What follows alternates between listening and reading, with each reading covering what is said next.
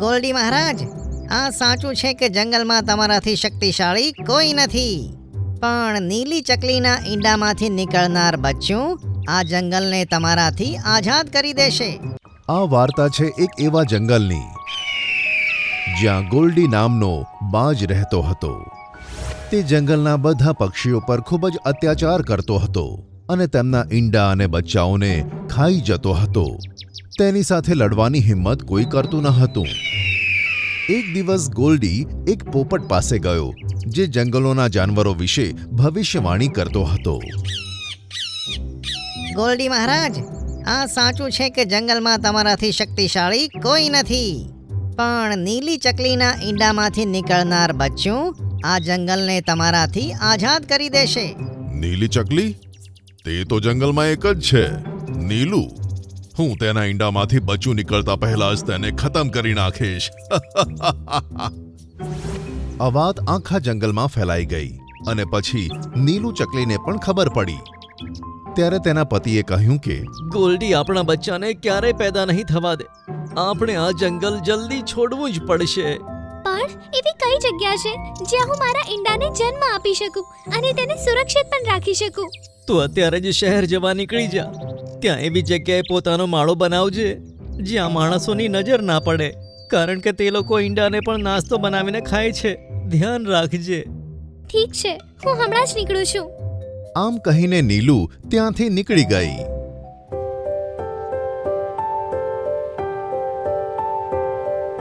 જ્યારે તે શહેર પહોંચી ત્યારે તેને એક ઘરની બારી જોવા મળી. આ ઓરડો ચિંકીનો હતો. તેણે જોયું કે ચિંકીના ઓરડામાં એક અલમારી એટલે કે કબાટ હતું, જેની ઉપર તે પોતાનો માળો બનાવી શકે છે. આ કબાટ મારો માળો બનાવવા માટે એકદમ બરાબર છે, પણ જ્યારે આ છોકરી સૂઈ જશે ત્યારે હું માળો બનાવવાનું શરૂ કરીશ. આમ વિચારીને નીલુ ત્યાં જ રોકાઈ ગઈ અને ચિંકીના સૂઈ ગયા પછી તે પોતાનો માળો બનાવવાનું શરૂ કરે છે.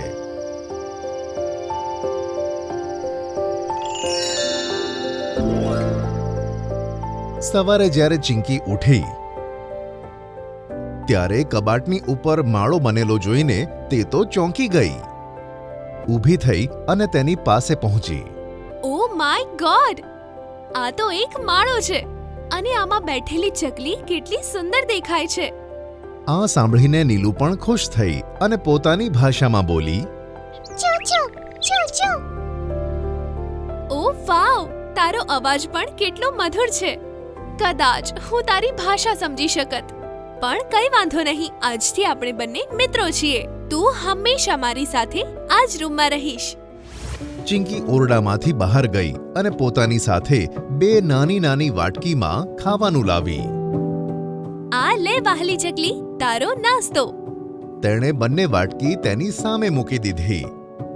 એક વાટકીમાં દાણા અને બીજી વાટકીમાં પાણી જોઈને નીલુ તો ખુશ થઈ ગઈ અને પછી નાસ્તો કરવા લાગી. હવે નીલુ અને ચિંકી દોસ્ત બની ગયા. નીલુ ચિંકીની ભાષા સમજી જતી હતી, પણ ચિંકી તો ફક્ત ચૂંચું જ સાંભળતી. છતાં પણ નીલુ તેને ખૂબ ગમતી હતી. નીલુનું જીવન સરસ જઈ રહ્યું હતું અને જંગલમાં ગોલ્ડી નીલુને શોધતા શોધતા તેના માળા પાસે પહોંચી ગયો. નીલુ ક્યાં છે? ક્યાં સંતાડીને રાખી છે તેને?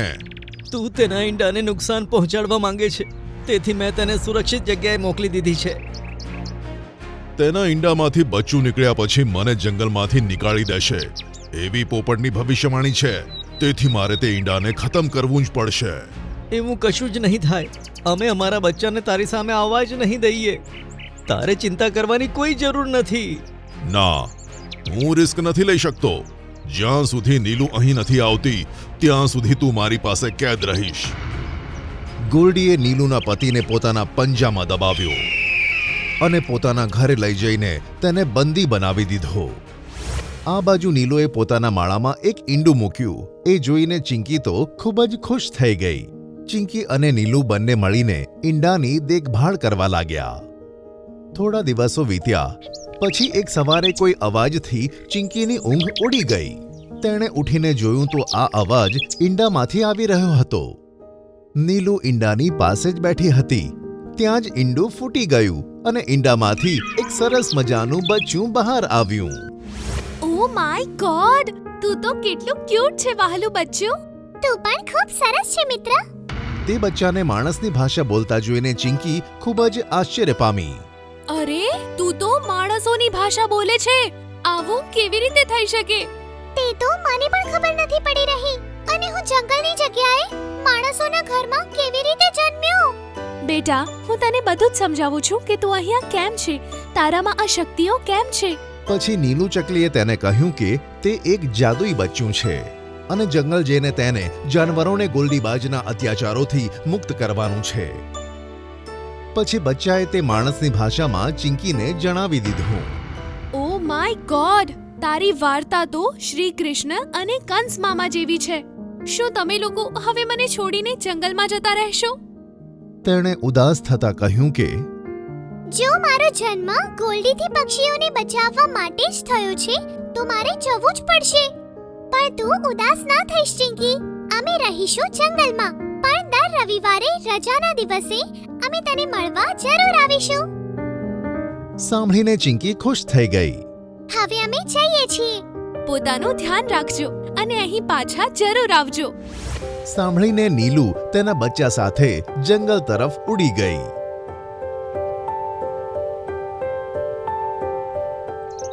જંગલમાં બીજી ચકલીઓ પાસેથી ખબર પડી કે ગોલ્ડીએ તેના પતિને પોતાના ઘરમાં કેદ કર્યો છે. બંને તરત જ ગોલ્ડીના ઘરે પહોંચી ગયા. આહા, આ છે તે બચ્ચું જે મારો અંત બનીને જન્મ્યું છે. આ મને હરાવીને આ જંગલને આઝાદ કરશે. આ સાંભળીને બચ્ચું ગુસ્સે થઈ ગયું. તેણે ઉડીને પોતાની ચાંચ તેના મોઢા પર મારી, જેના કારણે તેને લોહી નીકળવા લાગ્યું. હે? આ શું? આટલું નાનું બચ્ચું અને હુમલો આટલો ખતરનાક? ત્યાં જ ગોલ્ડીએ બચ્ચાને પોતાની ચાંચમાં દબાવી દીધું, પણ બચ્ચાને તો કશું જ થયું નહીં. બચ્ચાએ પોતાનો નાનો પંજો ગોલ્ડીની આંખ પર માર્યો અને તે કાણો થઈ ગયો. તારી આટલી હિંમત! બૂમ પાડીને તે બચ્ચા તરફ આગળ વધવા લાગ્યો. બચ્ચાએ સમય ન વેડફતા તેની બીજી આંખ પણ પોતાની ચાંચથી ફોડી નાખી અને તે આંધળો થઈ ગયો. દર્દથી બૂમો પાડતો ગોલ્ડી આંધળો થઈને ત્યાંથી ઉડી ગયો. નીલુએ બીજી ચકલીઓની મદદથી તેના પતિને બંધનમાંથી મુક્ત કર્યો. ગોલ્ડી ક્યાં ગયો તે કોઈને પણ ખબર ન પડી. તે દિવસ પછી ગોલ્ડી જંગલમાં ક્યાંય જોવા ન મળ્યો અને બધા જ પક્ષીઓ સુખ, શાંતિ અને આનંદથી જંગલમાં રહેવા લાગ્યા. બચ્ચું અને નીલુ દર રવિવારે ચિંકીને મળવા તેના ઘરે શહેરમાં જતા અને આખો દિવસ તેની સાથે પસાર કરતા. બહેન, આ ચુલબુલી પરિવારના સભ્યોએ તો આપણને હેરાન કરી દીધા છે. તેઓ બધાની મદદ કરે છે, જેના કારણે બધા તેમને પસંદ કરે છે. હું મોર છું, છતાં બીજા જાનવરો મને પસંદ નથી કરતા. તું સાચું કહે છે. આપણે બંને મળીને એનો પરિવાર ખતમ કરી દઈશું. આ વાર્તા છે ઉત્તરાખંડના જંગલોની, જ્યાં એક ખિસકોલીનો પરિવાર રહેતો હતો. તે ખૂબ જ સારો હતો. તે જંગલમાં બધા પશુ પક્ષીઓની મદદ કરતો હતો. જ્યારે કોઈને પણ મુશ્કેલી આવતી ત્યારે તે દોડીને આ પરિવાર પાસે મદદ માંગવા આવી જતા. તેમની આ જ સારી બાબતને કારણે તેમના કેટલાક દુશ્મનો પણ હતા, જે તેમનાથી અદેખાઈ કરતા હતા. એક દિવસ નાની ખિસકોલી તેના મમ્મી પપ્પાને કહે છે, મમ્મી પપ્પા, મારે તમને કંઈક પૂછવું છે. બોલો બેટા, શું પૂછવું છે? આપણે લોકોની મદદ કરવાનું ક્યારથી શરૂ કર્યું હતું? મારો કહેવાનો મતલબ છે કે તમે બંને ક્યારથી બધાની મદદ કરી રહ્યા છો? બેટા, તારા પપ્પાની એક વાર્તા છે.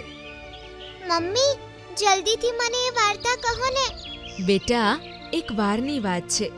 જ્યારે તારા પપ્પા ક્યાંકથી પાછા ઘરે ફરી રહ્યા હતા તો રસ્તામાં એમને ઠોકર વાગી અને પગ ઉપર વાગી ગયું અને એ વખતે એ ઘર સુધી ચાલીને પાછા પણ ન આવી શક્યા. હે? પછી શું થયું મમ્મી? પછી તારા પપ્પાએ બહુ મદદ માંગી પણ કોઈએ એમની મદદ ના કરી અને એ પીડાથી તડપતા રહ્યા. બસ એ જ દિવસે અમે સંકલ્પ કર્યો કે જ્યારે પણ કોઈને મદદની જરૂર હશે તો અમે કોઈને અમારી જેમ લાચાર નહીં થવા દઈએ. બસ ત્યારથી જ અમે લોકોની મદદ કરવાનું શરૂ કર્યું. અચ્છા મમ્મી, લોકો કેટલા ખરાબ હોય છે ને, જે લોકોને પીડામાં તડપતા મૂકીને જતા રહે છે અને એમની મદદ નથી કરતા. હા બેટા, આજકાલ લોકોને ખાલી પોતાનું કામ જ દેખાય છે. લોકો મતલબી થઈ ગયા છે એટલે આપણે બધાની મદદ કરીએ છીએ. અને ત્યારથી લોકોએ આપણને પ્રેમ કરવાનું શરૂ કર્યું. જે બાળક અનાથ હોય છે તારા પિતા એમને પોતાની પાસે રાખે છે અને પોતાના બાળકની જેમ જ પ્રેમ કરે છે. મમ્મી, આ કેટલી સારી વાત છે ને કે પપ્પા અનાથ બાળકોને પોતાની સાથે રાખે છે, એટલે એમને એકલા તો નથી રહેવું પડતું. નહીં તો આટલી નાનકડી ઉંમરમાં અને બાળક શું કરે? કોઈ પણ પ્રાણી એમનો શિકાર કરી શકે. હા બેટા, તું પણ મોટી થઈને સારા કામ કરજે તારા પિતાની જેમ. બધાની મદદ કરજે. એકવાર જંગલમાં બતકોની પાસે ખાવાનું ખૂટી ગયું હતું.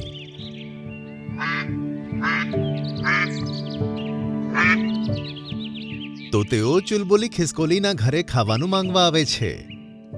ચુલબુલી ખિસકોલીની મમ્મી, અમારું ખાવાનું ખતમ થઈ ગયું છે અને અમે બધા બીમાર છીએ, તેથી અમે ખાવાનું એકઠું નથી કરી શકતા. મહેરબાની કરીને તમે અમને કંઈક ખાવાનું આપી દો. ત્યાં જ ચુલબુલી ખિસકોલીની મમ્મી કહે છે, હા ગીલી ગીલી બતક, અમે તમારી મદદ જરૂર કરીશું.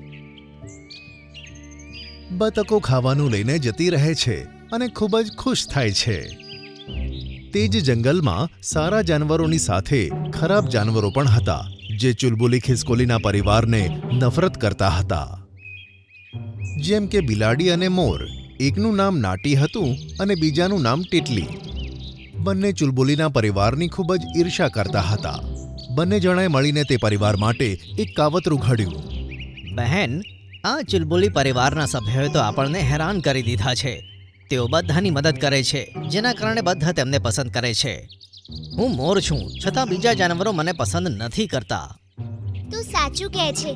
આપણે બંને મળીને એનો પરિવાર ખતમ કરી દઈશું. એક દિવસ ચુલબુલી ખિસકોલી બહાર ફરવા માટે ગઈ અને તેના મમ્મી પપ્પા ઘરે જ હતા. ત્યારે નાટી બિલ્લી અને ટીટલી મોરે ચુલબુલી ખિસકોલીના ઘરે જઈને તેના માતા પિતા ઉપર હુમલો કરી નાખ્યો. એકે પિતાને પકડ્યા અને બીજાએ માતાને. બંને જણાએ તેમને મોઢામાં દબાવીને મારી નાખ્યા અને પછી ત્યાંથી જતા રહ્યા. પછી જ્યારે ચુલબુલી ખિસકોલી ઘરે આવે છે ત્યારે માતા પિતાની આવી હાલત જોઈને તેમને ઉઠાવવાનો પ્રયત્ન કરે છે.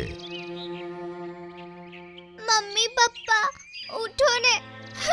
શું થયું તમને? હમણાં તો તમે લોકો બરાબર હતા અને આ જંગલમાં તમારા આટલા ચાહકો છે કે તમને કોઈ કેવી રીતે મારી શકે છે?